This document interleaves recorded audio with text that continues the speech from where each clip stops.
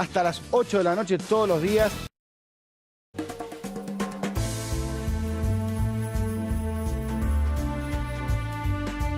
Extensión de la cuarentena hasta que termine Semana Santa.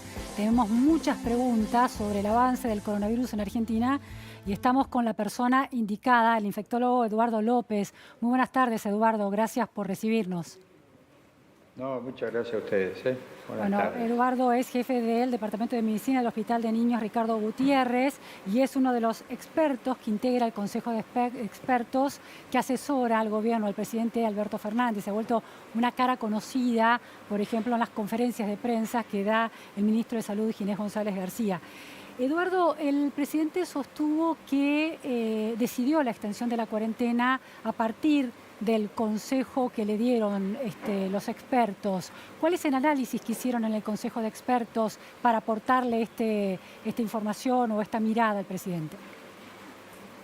Bueno, la primera observación fue tratar de completar al menos un periodo de incubación del virus. Usted sabe que el virus se transmite y tiene un periodo de incubación que va entre 2 y 14 días. Entonces, si yo logro tener las personas en sus domicilios durante 14 días, el virus, que para sobrevivir tiene necesidad de transmitirse de persona a persona, en el fondo no encuentra un nuevo huésped para producir la enfermedad. Entonces, a medida que se van disminuyendo los huéspedes susceptibles para producir la enfermedad, el virus es menos eficaz para transmitirla. Entonces, tener 2 periodos de incubación prácticamente, es un poquito menos, pero desde el punto de vista práctico es igual, nos ayuda mucho a tratar de que la transmisión del virus se haga mucho menos eficiente. Y por otro lado, el tener las personas mayores de 65 años en sus casas ayuda muchísimo porque este es el grupo más vulnerable y que tiene mayor posibilidad de tener complicaciones y decesos, ¿no? Ahora, Eduardo, el presidente en sus palabras también sostuvo que se podía concluir que estábamos atravesando una mejoría de la situación, había resultados positivos. Pero según entendíamos, los resultados que estamos viendo hoy son de contagios de hace una semana, de hace 14 días. ¿Cómo se llega a la conclusión de que los resultados hasta el momento son positivos? No, en realidad uno lo analiza, uno lo puede de distintas maneras. Primero que analizar 3 o 4 días, que parecería que la curva, si bien sube, esa subida es muy lenta, diríamos, a uno lo pone optimista, diríamos, dentro de esta catástrofe. Uno tiene que analizarlo con criterios científicos por lo menos 7 a 10 días para estar seguro que esa curva se instala, porque como bien dice usted, muchos de los casos que tenemos positivos o negativos no son de hace 2 o 3 días, sino un poco más atrás.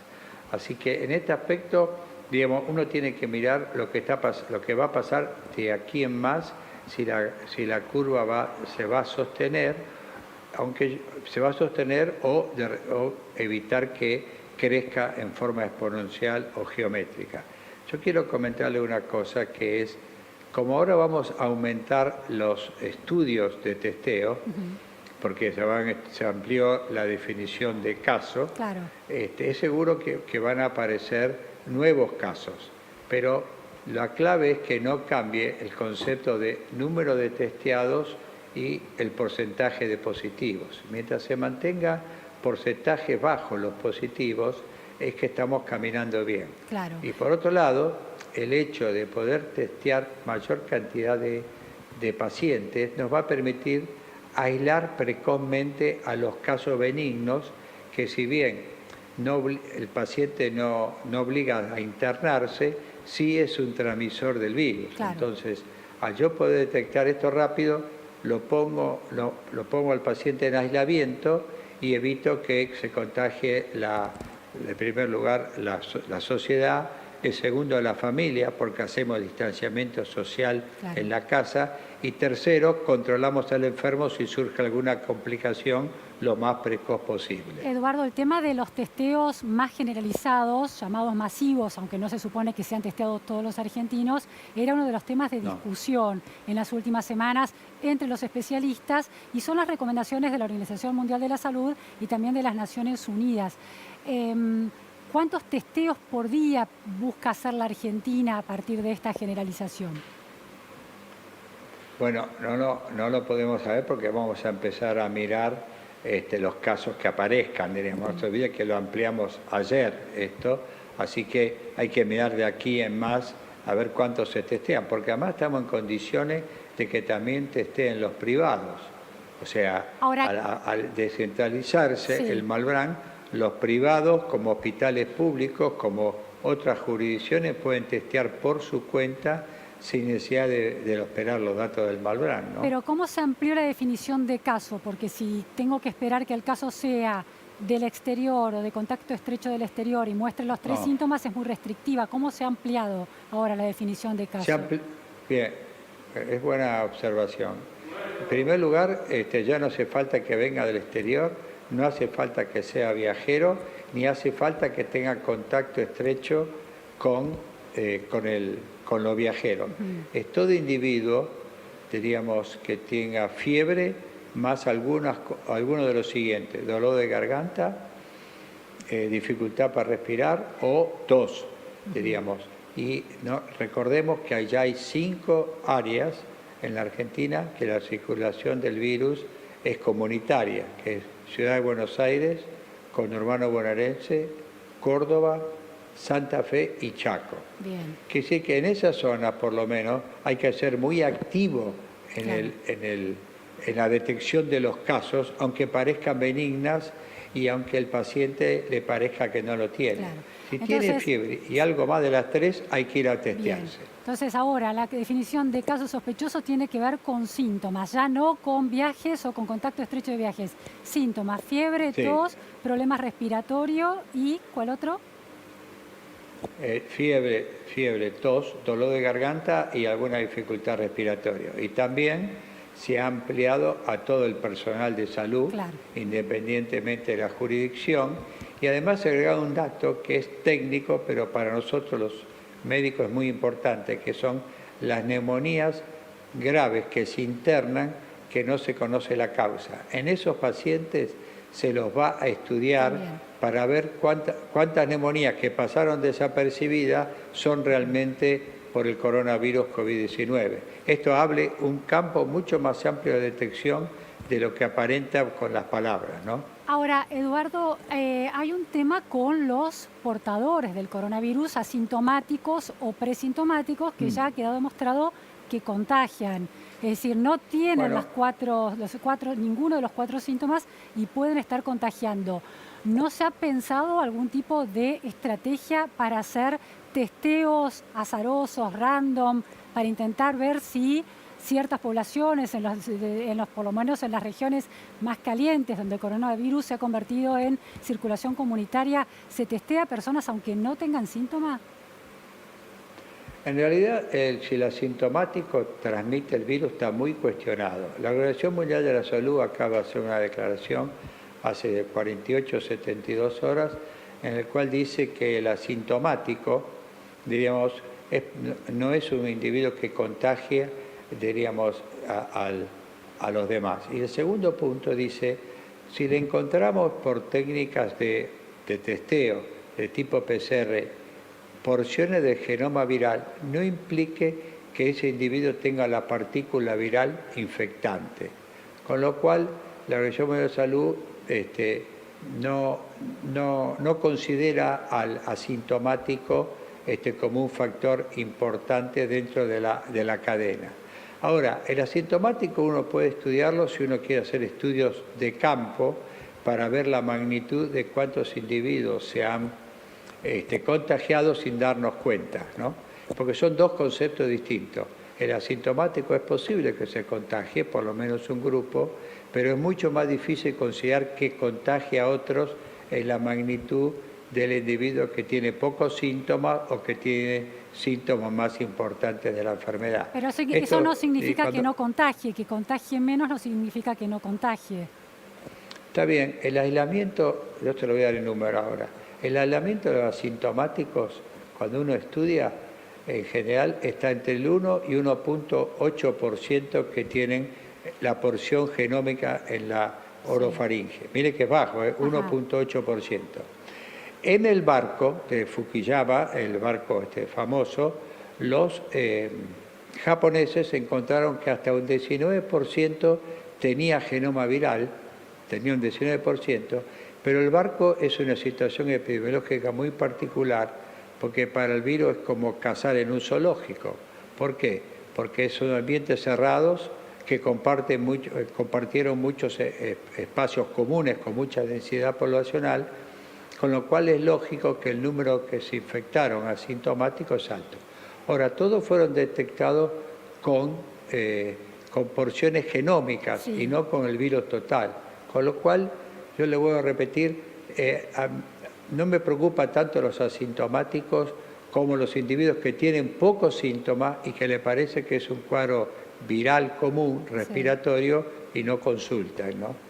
Ahora, está claro que la Organización Mundial de la Salud fija algunas posiciones, pero en el mundo médico hay completo consenso porque desde Italia una de las hipótesis que manejaban los expertos que están estudiando la infección allí era que el contagio se había diseminado tan rápido porque había habido una cantidad de casos asintomáticos conviviendo con gente mayor por el estilo de vida de los italianos en los hogares que no notaban que se habían contagiado.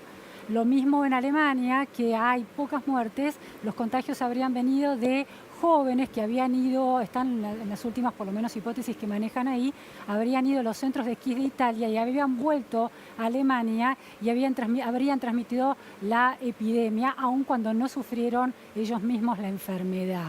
¿Hay consenso realmente sobre el tema de los asintomáticos, sí, Eduardo? A ver, obviamente como todo proceso biológico no hay una norma definitiva, pero sí es verdad que los alemanes que se contagiaron, los pacientes tenían síntomas y como eran jóvenes no le prestaron mucha atención. ¿Quién le va a prestar atención en un joven un dolor de garganta o una molestia de 2 o 3 días? Esto es así. Ahora, yo les voy a contar la otra moraleja de Alemania, que es muy interesante. Alemania evacuó todos los alemanes de Wuhan en aviones militares, y inclusive con 25 chicos. Cuando llegaron a Frankfurt, les ofrecieron a aquellos individuos que no tenían ningún síntoma, hacerles el hisopado. Y aceptaron 114 de los 116 que volvieron asintomáticos. Y encontraron solamente el virus, genoma viral, el 1.8%. Y estuvieron en Wuhan. Claro. Con lo cual se da cuenta que el impacto del asintomático no es muy importante. Sí creo que en Italia el fenómeno hay que mirarlo con cuidado, porque fue una época que estaban en invierno y yo creo que en los primeros casos no se pensó en coronavirus, sino se pensó en virosis respiratoria de esa época, ¿no? Claro. Eduardo, otra cuestión tiene que ver con todo el debate sobre si usar barbijos o no. La Organización Mundial de la Salud es clarísima acerca de que solamente la persona contagiada o el personal de salud tiene que usar barbijos, pero el común de las personas que anda en la calle no, ni siquiera el barbijo común o algún barbijo que se hagan en el hogar. Sin embargo, el director del Centro Chino para el Control y Prevención de las Enfermedades, George Ga, que fue la persona encargada de la estrategia en China, ha hecho declaraciones sosteniendo lo contrario. Dice, este virus se transmite por gotitas y contacto cercano, las gotas juegan un papel muy importante, tiene que usar una máscara porque cuando hablas siempre salen gotas de tu boca, y lo vincula sobre todo con aquellos, él dice asintomáticos o con síntomas leves que las personas pueden estar minimizándolas y transmitiendo la enfermedad. Si no se tratara de una cuestión, si no quedaran impactados los recursos que los médicos necesitan, porque son los soldados de este combate, ¿sería conveniente que las personas, porque minimizan los síntomas leves, salgan a la calle con barbijo para no contagiar eventualmente? Es una una pregunta que, digamos, siempre está controvertida y hay distintas opiniones. Yo creo que el barbijo protector por excelencia es un barbijo que solamente debería estar reservado al equipo de salud y especialmente a los que tratan estos pacientes, que es el famoso N95, que en Europa se llama FPP3. Los dos tienen la misma eficacia y siempre hay mucha discusión con el rol que tiene el barbijo tipo quirúrgico, que es el que uno ve que usa ahora la policía o los gendarmes o inclusive los países orientales. Yo creo que en esto, en primer lugar, estoy cerca de la OMS en cuanto a que el barbijo no parecía ser necesario, pero también debo reconocer que hay opiniones de mucho nivel científico que consideran que ayuda a tomar la distancia social. Con lo cual, si la gente la quiere utilizar, yo realmente no haría una oposición tipo talibán. Creo que la aceptaría y que la gente lo use, ¿no? En cambio, el uso de guante es mucho más poco efectivo, porque usted en cuanto se puso el guante y tocó algo, lo empezó a contaminar. Claro. Entonces después usted se lleva el guante a la boca y demás, así que el guante no tiene mucho asidero. El barbijo creo que queda a criterio de lo que cada persona sienta como mayor tranquilidad para evitar la enfermedad. Si lo evita o no lo evita, no lo sabemos. Si la disminuye, algunos dicen que sí y otros dicen que no, ¿no? Había leído un estudio muy interesante que decía que también contribuye a disminuirla, quizás no en cuanto a barrera, porque el N95 no tiene la posibilidad de frenar el contagio como un N95, pero que evita que la gente se toque la cara, que es la vía de contagio, no los ojos, Exacto. la boca o la nariz. Hace que la gente tenga más presente que no se tiene que tocar la cara. ¿Eso sería una respuesta aceptable? Esa es una respuesta que se ha planteado en varias publicaciones. Yo en parte creo que coincido. Los detractores, dicen que si no se acomoda bien, uno se tiene que tocar varias veces la cara para acomodarse el barbijo. Yo en realidad estoy con la primera. Creo que el barbijo ayuda porque es como una pequeña barrera para no estar tocándose la nariz y la boca, que es muchísimo más frecuente tocársela que tocar una vez el barbijo para acomodárselo, ¿no? Es cierto. Muchísimas gracias, Eduardo López, como siempre, tan claro y tan confiable su información. Muy buenas tardes. Siempre es un gusto hablar con usted, realmente. Gracias. Igualmente, gracias. Muy amable. Vamos ahora a Juan Pablo Zanotto con noticias sobre el tránsito y el transporte impactado por la pandemia.